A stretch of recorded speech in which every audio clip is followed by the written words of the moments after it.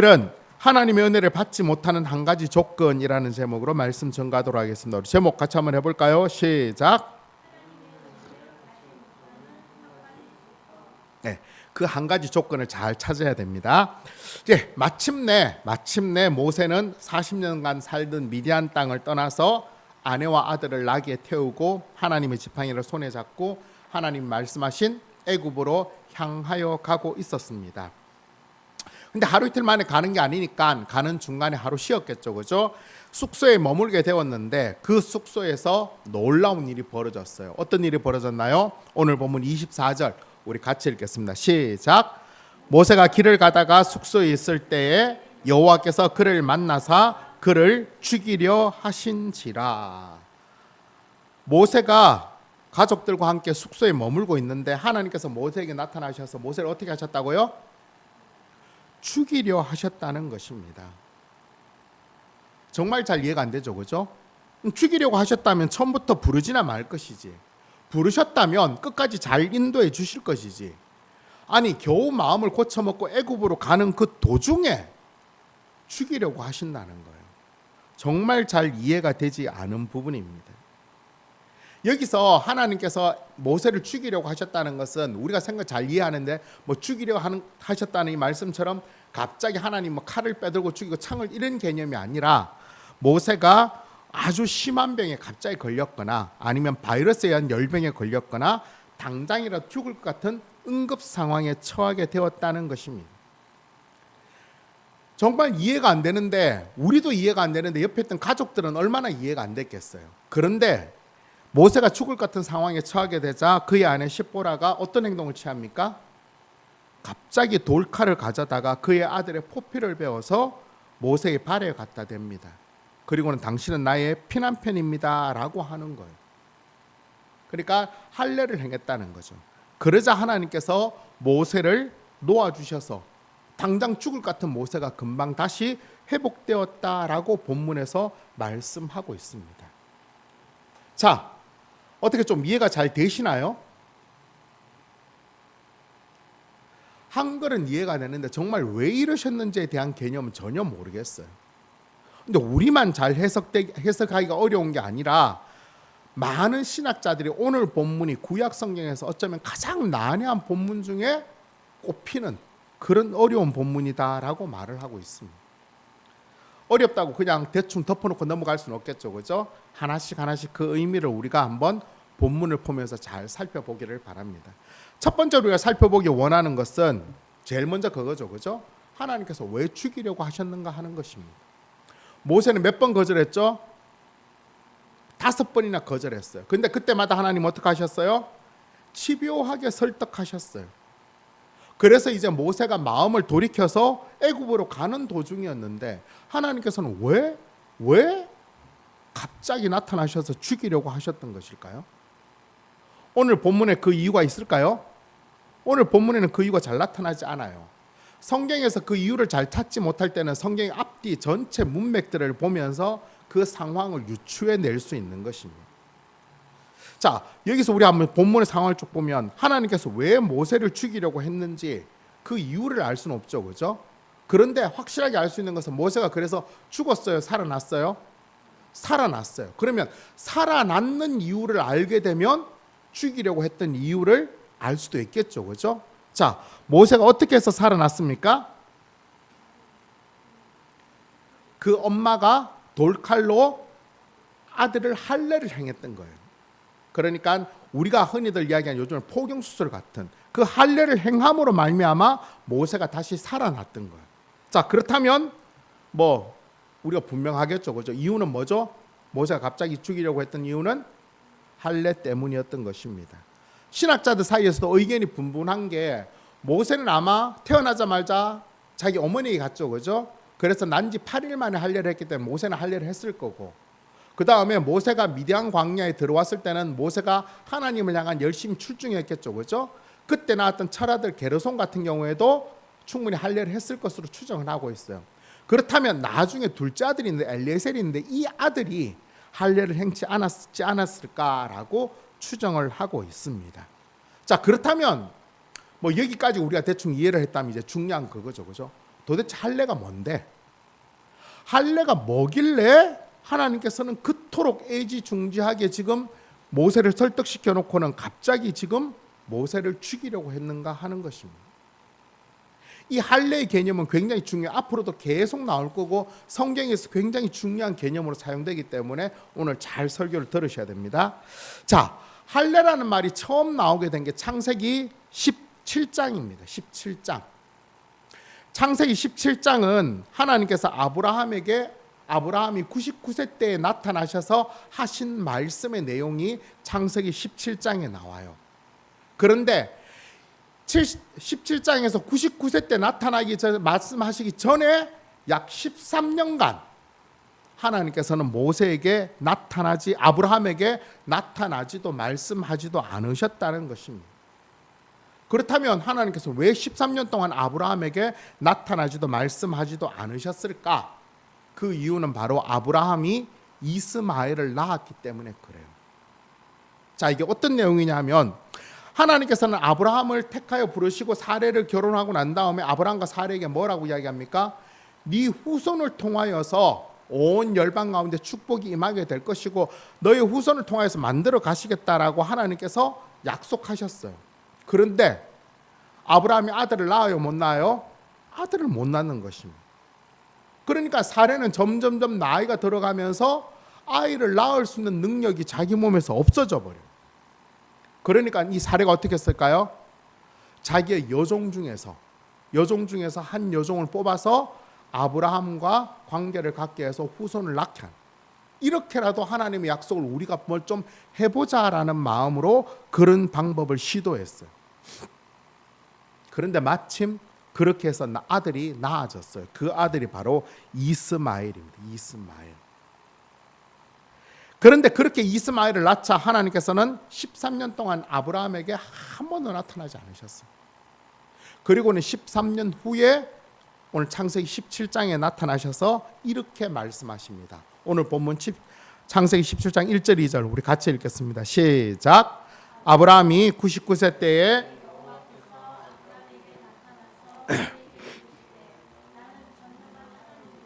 너는 내 앞에서 행하여 완전하라.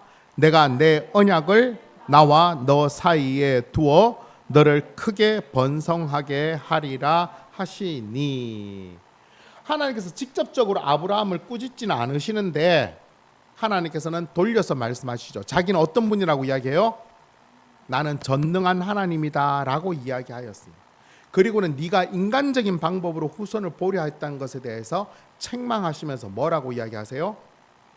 나는 전능한 하나님이니까 너 또한 내 앞에서 완전히 행하라는 것입니다. 여기까지는 이해가 돼요, 그죠? 근데 그 다음이 중요한데, 그 다음에 하나님께서 아브라함과 뭘 맺으신다고 하고 있어요? 언약을 맺으신다라고 말씀하고 있습니다. 근데 그 언약의 내용이 뭐죠? 후손을 낳게 될 것이, 그 후손에게 내가 번성하게 하겠다는 것입니다. 여기서 이 언약이라는 말이 사실은 굉장히 중요한 단어인데, 이 언약은 사실은 거의 교회에서만 사용되어지는 단어예요. 이 언약의 단어를 우리가 좀 잘 이해를 하셔야 됩니다. 이 언약과 가장 비슷한 단어가 우리가 세상 속에 어떤 단어를 쓰냐면 계약이라는 단어를 써요. 계약이 어떤 건지 알죠, 그죠? 계약은 일종의 약속인데 약속하고 계약은 어떤 차이가 있을까요? 약속과 계약 가장 큰 차이점은 법정 구속력이 없어요. 약속은. 근데 계약은 있죠, 그죠? 예를 들면 제가 누구 친구를 만나가 오늘 저녁에 만나서 식사를 하자라고 하면 근데 그 친구가 약속을 안 지켰어요. 몇 시까지 나와. 그런데 그 약속을 안 지켰다고 해서 그 친구를 구속할 수 있나요? 그건 없죠, 그죠? 그런데 만약에 오늘 저녁에 만나 식사를 하자라고 해갖고 자 여기 내가 10만 원 줄 테니까 이 10만 원 주고 가서 삼겹살 좀 사와 라고 약속을 했어요. 그 사람도 응. 그런데 그 친구가 약속을 안 지켜요. 약속 자리에 나오지도 안 하고 10만 원도 안 돌려주고 고기도 안 사와요. 그러면 어떻게 되죠? 법적으로 처벌할 수 있어 없어요? 이거는 되죠, 그죠? 왜냐하면 10만 원을 줬는데 10만 원을 돌려주지도 아니하고 그 약속도 이행하지 않았기 때문에, 물론 10만 원 때문에 고소하는 사람은 아무도 없겠죠. 하지만 걸면 걸리는 부분인 거예요. 계약은 이와 같이 계약 당사자들끼리 동등한 자격으로 약속을 하고 한쪽이라도 그 약속을 깨면 그 약속은 폐기되어지는 게 계약이에요. 우리 계약할 때 가장 우리 사회생활에서 가장 손쉽게 하는 계약이 뭐죠? 부동산 계약, 자동차 계약 이런 거죠. 그죠? 둘이 똑같이 해요. 그런데 한쪽이 어기면 그런 문제가 생겨나는 것입니다. 법적 구속력이 생겨지죠. 자, 그렇다면 이제 언약에 대해서 한번 살펴봅시다. 언약도 사실은 일종의 약속인데, 보통 약속과 이 언약의 가장 큰 차이점이 뭐냐 하면, 한쪽이 일방적으로 이 약속의 모든 것들을 감당한다는 것입니다. 어떤 차이점이 있다고요? 한쪽이 일방적으로 모든 것을 감당한다는 거예요. 그래서 그 상대방이 그 언약의 조건에 동의하면 그 언약이 체결되어지는 것입니다. 근데 이 언약에서 제일 중요한 게 뭐냐 하면 바로 상대방이 제시한 언약의 조건을 바꿀 수가 없다는 것이고, 한번 언약이 체결되어지면 조건을 제시한 쪽에서 그 언약을 끝까지 책임진다는 것이 언약의 가장 큰 특징이라는 거예요. 무슨 말이냐 하면 예를 들어 보겠습니다. 제가 어떤 사람에게, 친구에게 야 오늘 저녁에 식사 한번 하자라고 해서 역시 제가 10만 원을 주고 야 삼겹살 사와 라고 했어요. 근데 그 친구가 오지 않았어요. 그리고 10만 원도 안 돌려주고 삼겹살도 안 가지고 왔어요. 계약이라면 어떻게 되죠? 이 약속은 어떻게 돼요? 깨어지는 거죠. 그죠? 근데 언약은 뭐냐 하면, 내가 친구에게 그렇게 이야기해놓고 내가 집에서 뭐 해요? 삼겹살을 10만 원치 제가 사놓고 있는 거예요. 10만 원치 사놓고 있으면서 그 친구가 언제든지 여기 와서 같이 삼겹살을 먹기 기다리는 것. 그게 바로 언약이라는 것입니다. 조금 이해가 되시나요? 아직 알똥말똥이에요? 창세기 17장에서 하나님께서 아브라함에게 야 이제 나와 언약을 맺자, 네 후손을 통하여서 번성하겠도록 내가 만들어 주겠다라고 언약을 하시는, 그 언약이 뭐예요? 내가 책임을 지겠다는 거, 책임을 지겠다는 거. 그런데 책임을 지면서 하나님께서 한 가지 조건을 걸어요. 그 조건이 뭐죠? 바로 할례라는 것이다. 할례.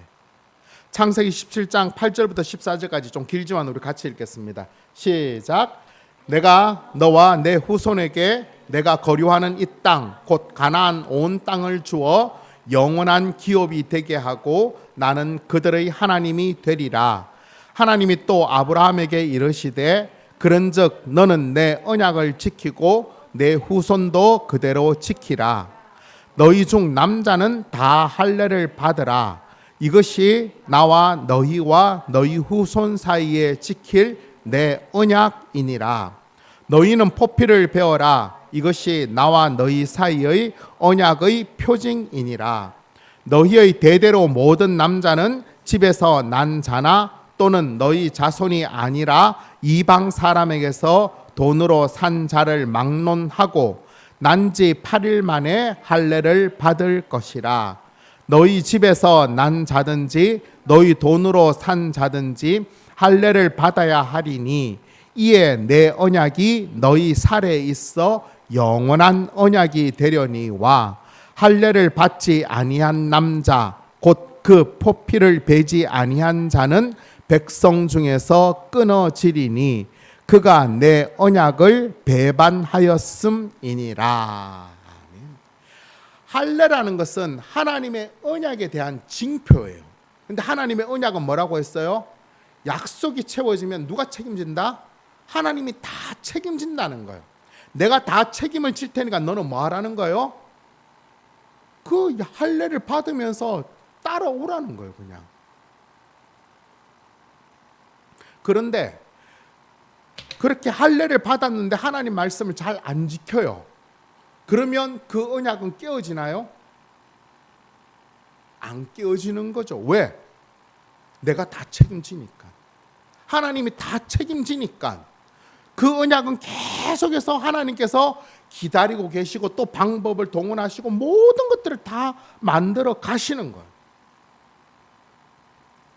지금 출애굽 같은 경우도 그렇죠, 그죠? 출애굽 같은 경우도 이스라엘 백성들이 출애굽할 만큼 뭔가 잘 살아서 지금 출애굽 시키려고 하나요? 아니에요. 우리 지금 출애굽 계속 보면서 하나님께서 자주 말씀하시는 게 뭐냐요? 아브라함과 이삭과 야곱의 언약을 내가 기억했다는 거예요. 그들과 하나님이 언약을 체결해서 그 언약의 책임을 지금 지고 있는 거예요. 이미 이스라엘 백성들은 어떻게 해요? 애굽 땅에서 우상을 섬기고 하나님을 떠나고 하나님도 잘 모르는 자들인 거예요. 그럼에도 불구하고 하나님이 어떻게 하시는 거예요? 그 언약을 기준으로 그들을 내 자녀로 삼고 하나님께서 그들의 하나님이 되시겠다라고 말씀하시는 거예요. 근데 그렇게 되어지는 조건의 가장 중요한 기준이 뭐라고요? 할례라는 거죠. 할례. 그런데 지금 모세가 그 할례의 주인공으로 이 사명을 감당해야 되는 거예요. 그런데 모세가 그 아들의 할례를 행치 않음으로 말미암아 아까 읽었던 말씀 뭐죠? 창세기처럼 할례가 없어 하나님과 관계가 없어져 버리는 거예요. 그러면 자기 아들이 하나님과 관계 없는 자가 되어지는 이 모세가 이스라엘 백성들을 가가지고 하나님의 언약이다라고 뭔가를 끄집어낼 수 있을까요? 없는 거예요. 그래서 하나님께서 모세를 죽이려고 하였던 것입니다. 하나님과의 관계가 형성되어 하나님의 자녀가 되고 하나님께서 아버지가 되어주는 관계가 되지 않으면 하나님의 은혜를 받을 수가 없고 하나님의 공의로운 심판밖에는 없는 것입니다. 하나님이 딴 건 다 돼도 이건 안 되는 거예요. 앞에서 모세가 5번이나 거절할 때마다 우리가 볼 때는 어땠어요? 모세 너무하네. 하나님이 그렇게까지 하는데도 왜 이렇게까지 할 만큼 하나님은 모세의 모든 것 다 받아주셨어요. 그런데 이 할례만큼은 하나님이 안 되는 거예요. 왜? 그게 안 되면 다 안 되니까. 아들을 할례를 행치 않는 모세를 하나님은 단박에 죽이려고 하셨던 것입니다. 하나님의 기준에서 하나님과의 관계를 깨어지는 그 행위는 절대로 용서되어지거나 용납되어지지 못하는 조건인 것입니다. 이 할례가 오늘 우리들에게는 어떻게 적용되어지고 있죠? 오직 은혜로 예수님을 믿어 구원받아 하나님의 자녀가 된 우리에게도 하나님이 요구하시는 그 한 가지 조건이 있는 거예요. 그 한 가지 조건은 뭐죠? 바로 예수님을 나의 주인으로 고백하는 그 고백이에요. 예수님이 그 조건이 되는 것입니다. 우리 요한복음 14장 6절 말씀 우리 같이 읽어볼까요? 시작. 예수께서 이르시되 내가 곧 길이요 진리요 생명이니 나로 말미암지 않고는 아버지께로 올 자가 없느니라. 아멘. 이 말씀은 너무 중요해요. 예수님께서 뭐라고 말씀하셨어요? 나로 말미암지 않고는 only 아버지께로 올 자가 없다는 거. 그러니까 어떠한 방법으로도 예수님의 길을 통하지 않고는 우리가 하나님과 교통되어질 수 있는 방법은 있다 없다? 없다라는 걸 말씀하고 있는 것입니다. 즉 다르게 표현하면 예수님과 우리의 관계가 예수님을 통해서만 하나님과 우리의 언약 관계가 형성되어질 수 있다는 거예요. 예수님이 빠져버리면 그 언약을 누릴 자체가 안 된다는 것을 말씀하고 있는 것입니다. 그것은 하나님의 자녀가 된 구원 이후에도 마찬가지로 적용되어집니다. 예수님 안에 거하지 않으면 하나님의 은혜를 받지 못하고 그 은혜가 없으면 예수님을 믿는다고 해도 믿는 그 가치를 하나도 못 누리고 사는 거예요. 왜 그렇죠? 우리 요한복음 15장 5절에 7절까지 같이 읽겠습니다. 시작. 나는 포도나무여 너희는 가지라. 그가 내 안에 내가 그 안에 거하면 사람이 열매를 많이 맺나니 나를 떠나서는 너희가 아무것도 할 수 없음이라. 사람이 내 안에 거하지 아니하면 가지처럼 밖에 버려져 마르나니 사람들이 그것을 모아다가 불에 던져 사르느니라. 너희가 내 안에 거하고 내 말이 너희 안에 거하면 무엇이든지 원하는 대로 구하라. 그리하면 이루리라. 아멘. 예수님 분명히 말씀하셨죠. 예수님을 떠나면 아무것도 안 된다는 거. 우리가 너무 잘 아는 거죠. 그죠? 나무에 있어서 가지가 나무에 붙어 있지 않으면 그 가지는 의미가 하나도 없는, 땅바닥에 떨어져서 가지가 살 수가 없는 거예요. 가치가 없어지는, 아무 의미가 없어지는 거죠.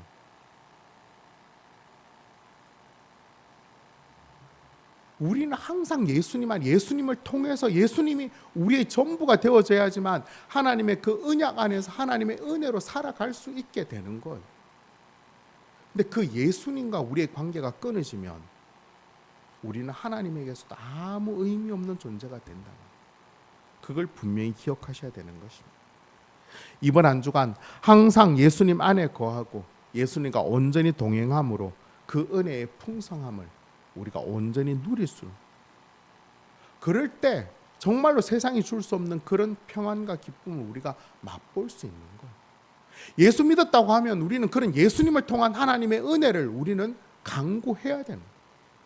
그래야지만 하나님의 사람으로 살아갈 수 있는 것입니다. 그 강구하는 게 뭐죠? 기도하며 나가는 거예요. 예수님을 찾고 구하는 것입니다. 항상 예수님을 찾고 구함으로 말미암아 그 예수님을 통한 그 구원의 은혜를 넉넉히 맛볼 수 있기를 바랍니다. 두 번째로, 첫 번째로 살펴본 것은 여기까지 하나님께서 왜 모세를 죽이려고 했는지 살펴봤던, 두 번째 살펴볼 것은 모세의 아내 십보라의 태도입니다. 모세가 당장이라 죽을 것 같은 상황에서 이 아내는 뭘 했죠? 할례를 했다는 것입니다. 이게 사실 우리가 좀 상상을 해도 사실은 좀 이 할례를 한다는 게 상당히 버겁죠, 그죠? 그때는 의료기구가 있어가지고 뭐 마취를 하고 이런 게 아니에요. 그냥 돌칼로 생사를 베어내는 거예요. 근데 한번 생각해 보세요. 남편은 지금 죽어서 지금 당장 죽을 것 같은 위기에 지금 놓여져 있는데 갑자기 엄마가 둘째 아들 데리고 와서 할례를 포경수술을 하는 거예요. 그게 가당한가요? 왜 갑자기 그렇게 하는 이유조차도 알 수도 없는 상황이에요. 그런데 갑자기 십보라가 그렇게 했다는 것입니다. 의문이 들죠. 왜 십보라가 갑자기 그렇게 행동했을까? 그 이유는 우리가 전혀 알 수 없어요. 왜 성경이 안 나오니까. 단지 하나 알 수 있는 것은 십보라가 그렇게 할 수 있도록 누가 작용을 했을까요? 십보라의 마음속에서는 그런 게 전혀 나올 수 없다면 십보라가 그렇게 행동했다는 것은 하나님께서 십보라를 통하여서 그 일을 하도록 역사하셨다라는 것들밖에는 볼 수 없는 것입니다. 하나님께서 십보라에게 그 마음을 주셨고 십보라가 그 하나님 마음에 순종하여서 그 일을 이루어서 모세가 살게 되었다는 것입니다. 이럴 수도 있겠죠, 그죠? 십보라가 하나님께서 그 마음, 그러니까 지금 모세가 갑자기 죽게 되자 십보라의 마음속에 하나님께서 뭔가 딱 찝히는 게 좋는데 모세도 할례를 했고 첫째 아들도 할례를 했는데 둘째 아들이 태어났을 때 모세가 할례를 하자고 했을까 안 하자고 했을까요?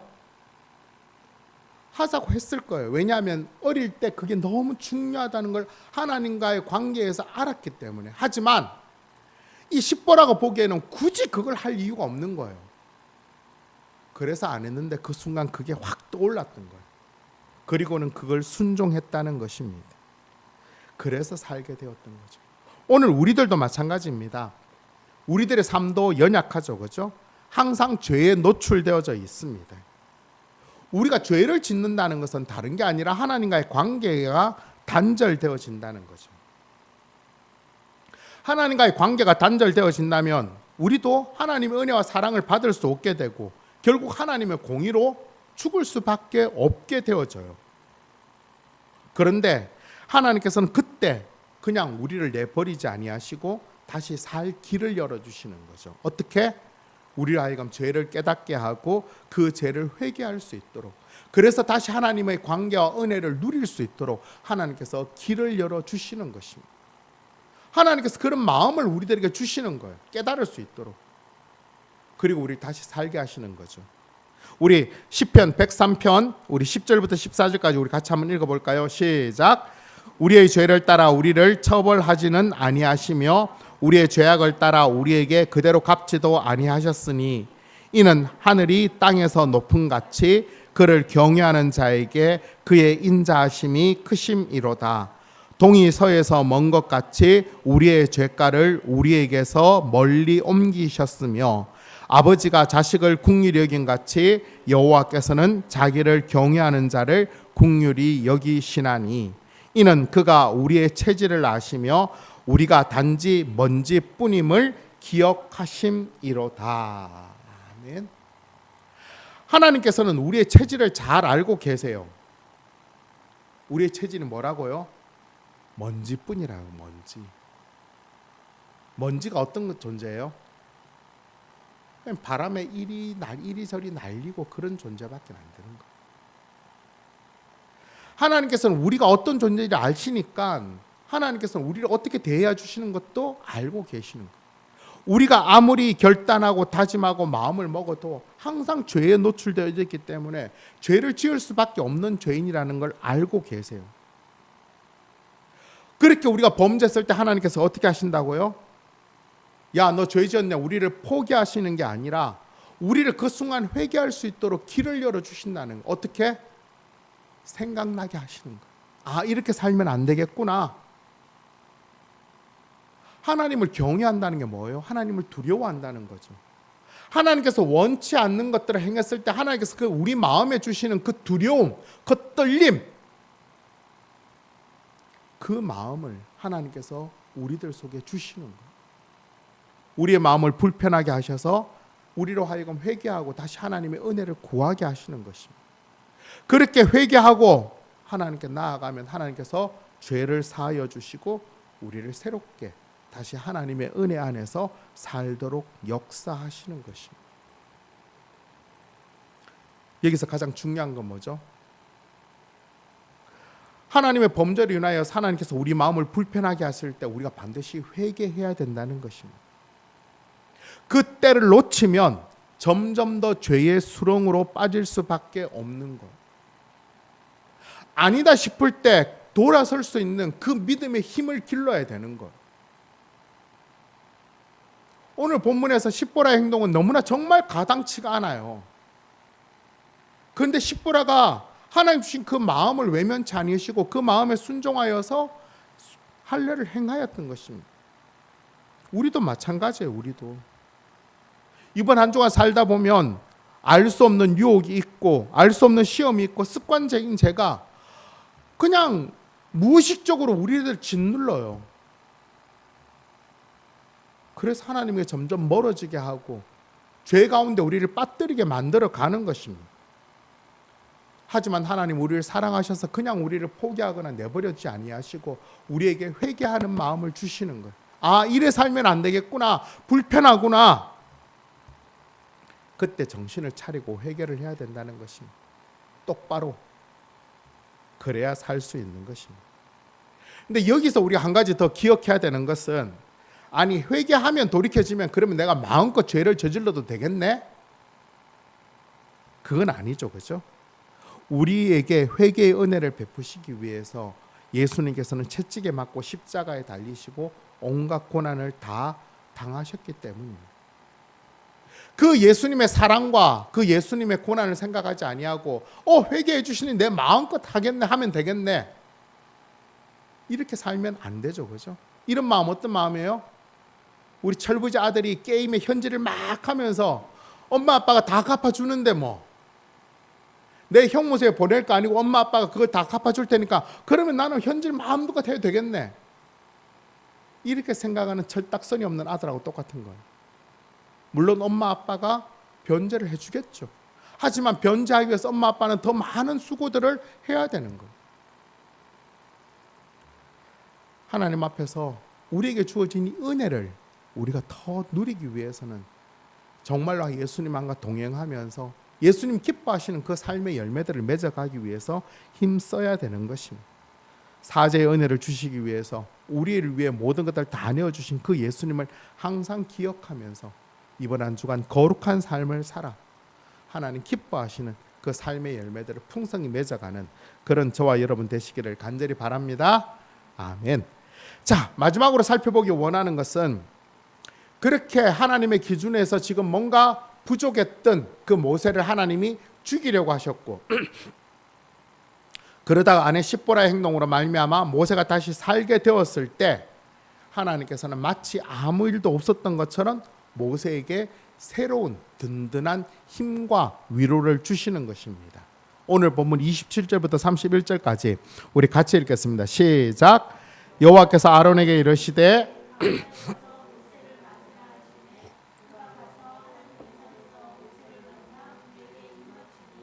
모세가 여호와께서 자기에게 분부하여 보내신 모든 말씀과 여호와께서 자기에게 명령하신 모든 이적을 아론에게 알리니라.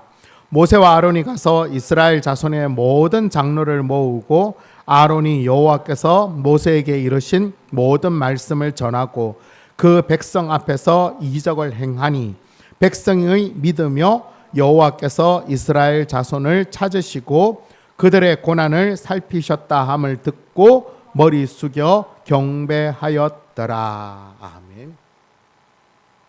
하나님의 위로는 먼저 아론을 보내신 것입니다. 사실 모세가 가면서 마음의 짐이 너무 많죠, 그죠?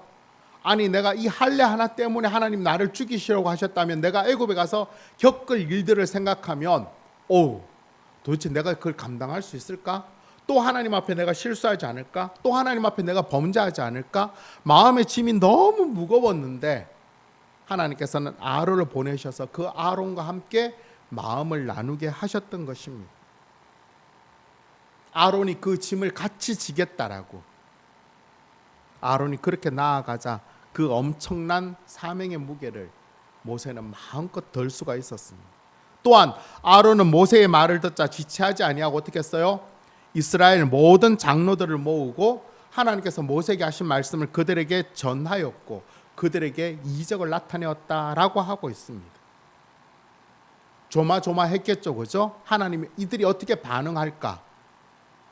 그러자 이스라엘 백성들은 하나님께서 모세에게 나타나셨다 함을 믿고 하나님께서 여전히 자신들을 찾으시고 잊지 아니하고 고난을 살피셨다 함을 듣고는 모세에게 말씀한 대로 우리가 순종하겠습니다라고 하면서 하나님께 경배하였다라고 말하고 있는 것입니다. 모세가 하나님의 사명을 거절할 때 모세가 예상했던 게 뭐예요? 이스라엘 백성들이 자기를 믿을 거다라고 생각해서 안 믿을 거라고 생각했어요? 안 믿을 거라고 생각했어요. 근데 막상 그들과 딱 맞닥뜨리고 있으니까 어떻게 돼요? 그들이 다 믿고 경배하는 거예요. 우리가 믿고 있는 하나님, 그 하나님은 엄격한 잣대로 매일 우리를 혼내려고 하시는 분이 아닙니다. 우리를 너무나 사랑하시고 우리 가장 좋은 것을 주시기를 기뻐하시는 그런 하나님이십니다. 그런 하나님에 대하여서 하나님이 원하시는 분명한 기준을 지키면 하나님에 대한 분명한 믿음의 그릇이 커지면 커질수록 우리는 그 하나님의 은혜를 깨닫고 그 하나님의 은혜를 더 풍성히 누리는 거예요. 우리의 연약함을 아시는 하나님께서 우리의 부족함을 채워주시고 우리에게 맡겨진 사명을 감당하시도록 하나님께서 우리를 매일 새롭게 하실 줄로 믿습니다. 우리에게 그 믿음이 있다면 이번 한 주간 또 기대하면서 기대해 보는 것입니다. 매일 아침에 일어나서 하나님께 기도. 하나님 오늘 하루 나를 새롭게 해달라고. 하나님 힘 주시고 도와달라고. 물론 우리들의 생각대로 뜻대로 안 된다 할지라도 그러나 그 하나님이 나를 사랑하고 계시니 그 하나님 나를 인도하고 계시니 그 하나님을 믿는 믿음을 갖고 있다면 우리는 결코 쓰러지거나 넘어지지 아니하고 다시 당당히 일어설 수 있는 것입니다. 이번 한 주간 그 은혜를 넉넉히 받아 누리는 그런 저와 여러분 되시기를 간절히 바랍니다. 아멘. 말씀 맺도록 하겠습니다. 혹시 오늘 설교 제목을 아직도 기억하고 계시나요? 뭐죠? 한 가지 조건이 뭐였어요? 한 가지 조건이 뭐였죠? 이때 모세는 할례였다면 우리는 뭐라고 했죠? 예수님이라고 했죠, 그죠? 예수님을 통한 하나님과의 관계. 그런데 이 제목을 반대로 하면 뭐예요? 그 한 가지 조건만 어기지 않으면 항상 하나님의 은혜를 받을 수 있다 없다? 있다는 개념이죠, 그렇죠? 뭘 바라보고 사느냐 하는 거예요. 뭘 바라보고 사느냐. 태초에 하나님이 천지를 창조하셨을 때 아담과 하와에게 모든 것들을 다 주고 너무나 아름다운 에덴 동산을 만드시고 약속 하나를 거셨어요. 뭐죠? 이 동산에서 네가 하고 싶은 거 다 해라. 먹고 싶은 거 다 먹어라. 단지 동산 중앙에 있는 선악을 알게 하는 그 나무는 먹지 마. 그렇다면 아담과 하와의 시선은 늘 어디를 향해야 돼요? 하나님께서 허락하신 99.99에만 가면 되는 거예요. 근데 사탄은 어디에 늘 가게 해요? 우리들의 눈이 0.001 거기에 집중하게 만들어 버리는 거예요.